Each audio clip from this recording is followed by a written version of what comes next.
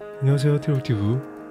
오늘은 현재 일본에서 한국은 엉망이라고 하는 이유라는 주제로 알아보겠습니다. 단 한 차례도 일본에서는 그런 사고가 없었다. 한국은 보기보다 주먹구구식 엉망이다.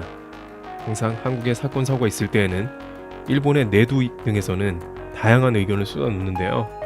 그러나 이번에 한국에 대한 강한 비판에 대해서는 국내의 누리꾼들조차 별 대응을 안 한다고 합니다.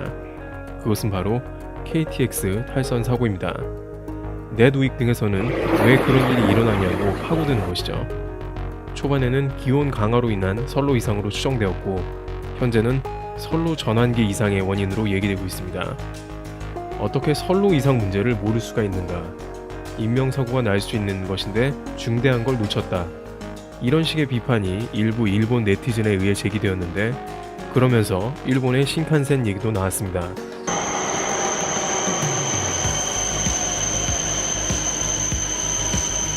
일본의 고속철도 신칸센은 선로 탈선 문제가 한 번도 일어나지 않았다는 이야기로 시작이 되었습니다. 매뉴얼사에답게 운행과 점검에 있어서 철저하게 관리할 수 있는 시스템이 잘 갖춰져 사고를 예방합니다. 특히 이번 사고와 같은 선로 전환 오작동 같은 것은 일본은 이미 자동 고장 통보되는 시스템이 있습니다. 닥터 옐로는 전 구간을 달리면서 문제를 체크해서 선로 및 전기 설비 등을 점검하는 걸로 유명합니다.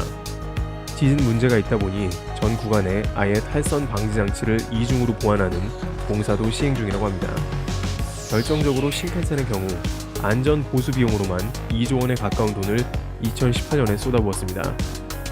그런데 일본과 같은 시스템화는 우리나라에서도 못할 게 없는데 왜 이런 문제가 생겼는지도 논란입니다. 일부 네티즌들은 남는 예산으로 성과급 잔치를 할 게 아니라 철도 보수를 해야 한다는 비판을 하기도 합니다.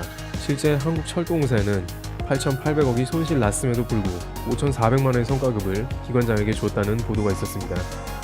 제대로 쓰여야 할 예산이 집행되나도 문제이며 성과급 잔치 뒤에는 부채가 20조가 넘습니다. 일본에서는 신칸센을 200년간 사고 없는 철도로 만들겠다는 목표를 가지고 운영 중이라고 합니다.